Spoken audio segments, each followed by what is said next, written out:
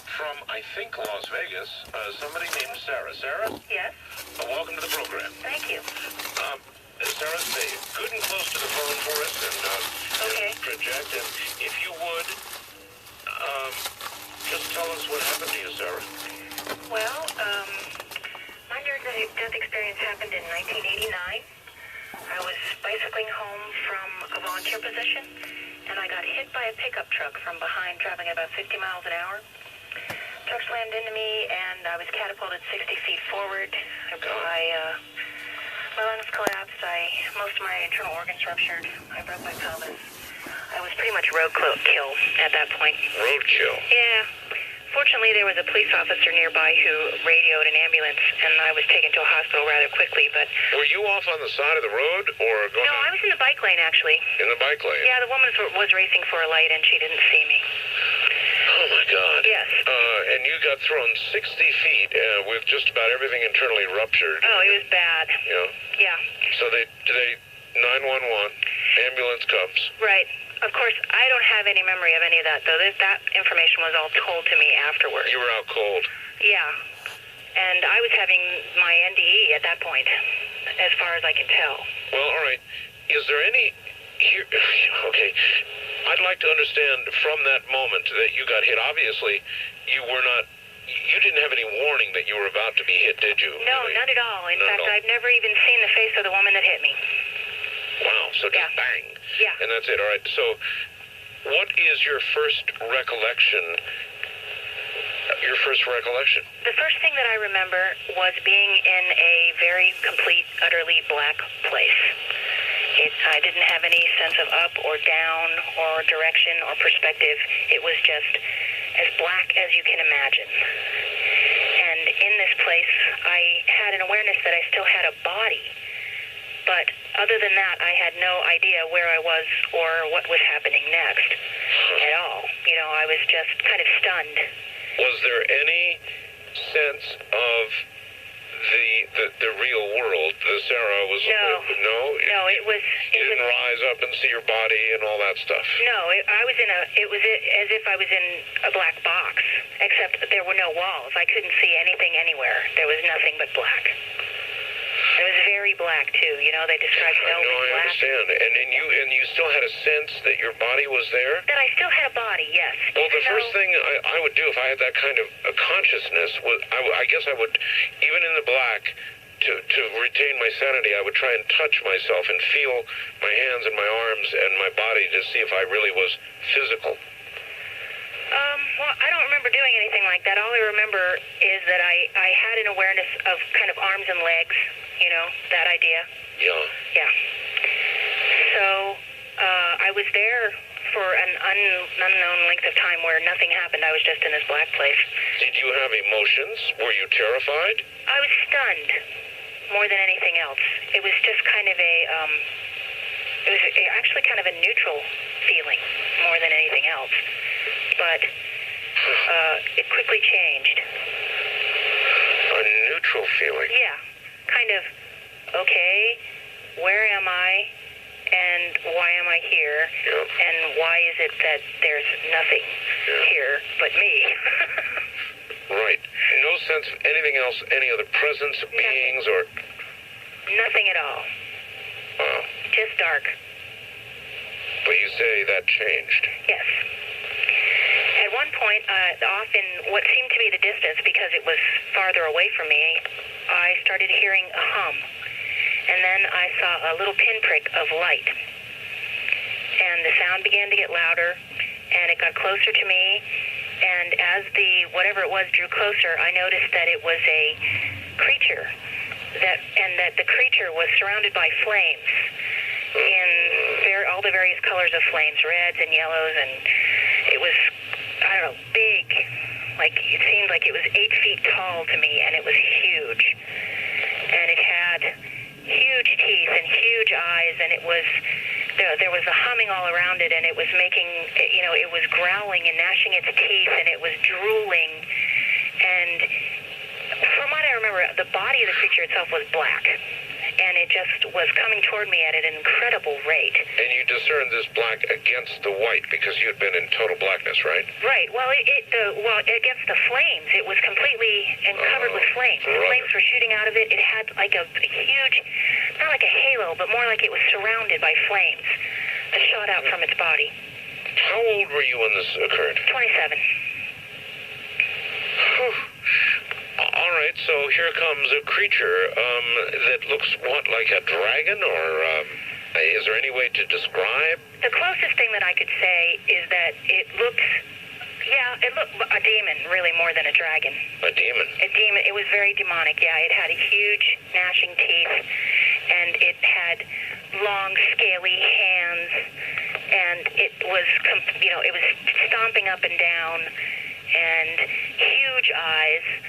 I guess it was draconic in aspect, but not like you would think of a dragon. It didn't have wings or anything like that, although it did have flames. But the flames weren't coming out of its nose or anything like that. It was just surrounding it. Huh.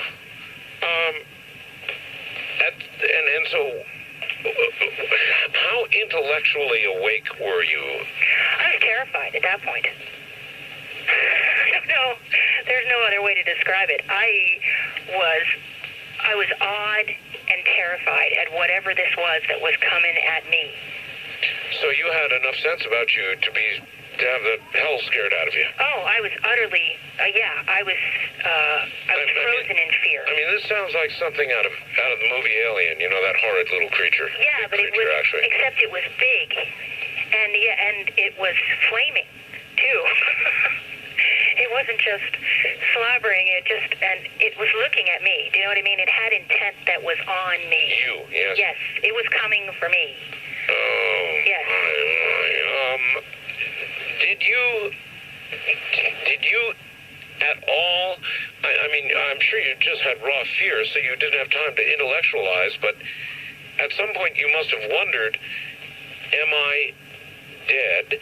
Have I gone into another dimension? Have I time slipped? Something or another. Did you think about any of that?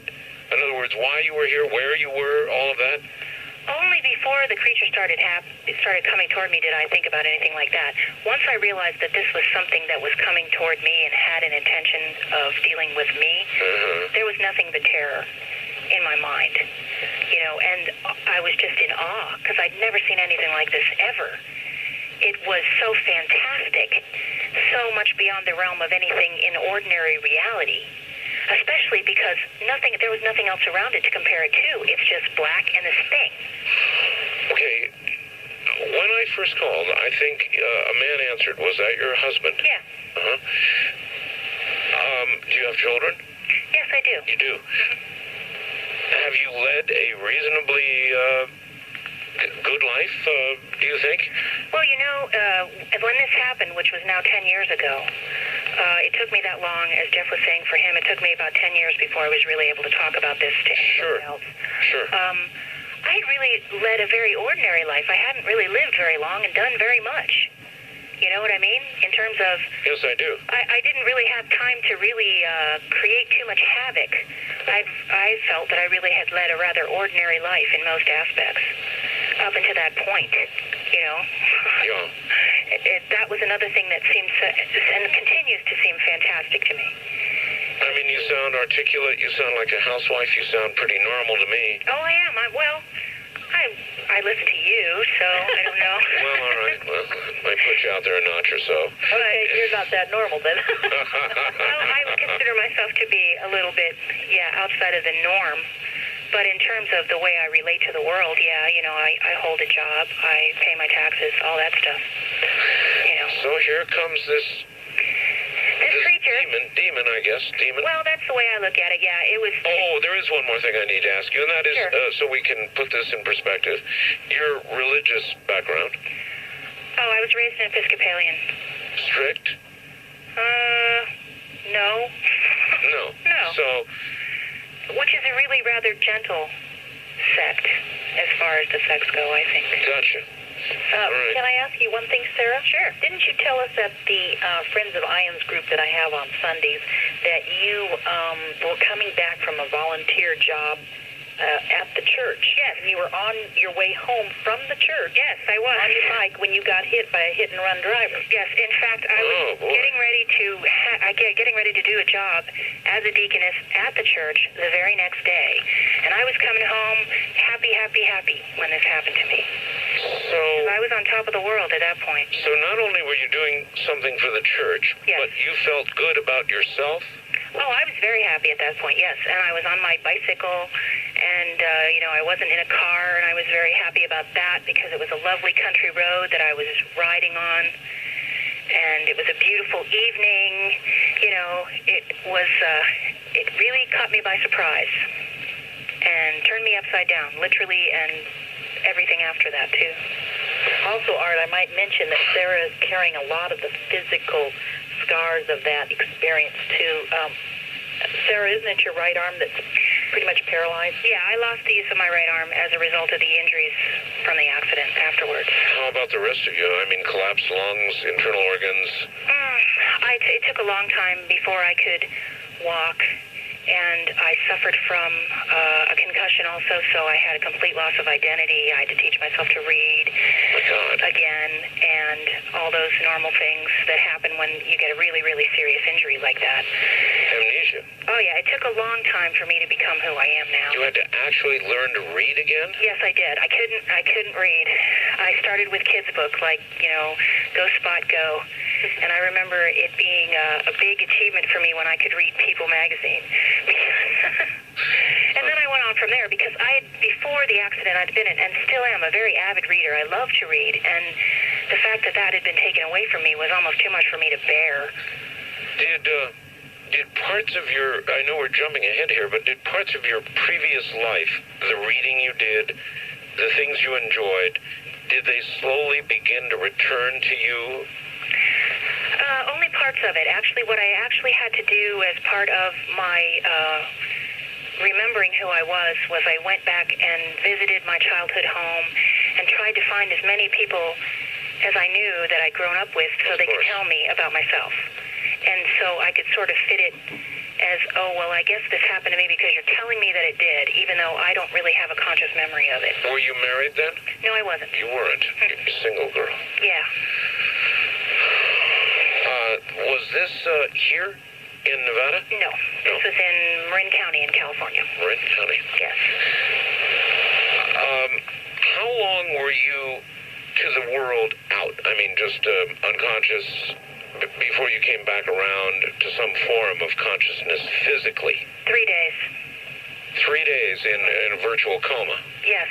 Did you at any time during those 3 days actually flatline? According to the medical records, 5 times. 5 times? Yeah, they kept losing me.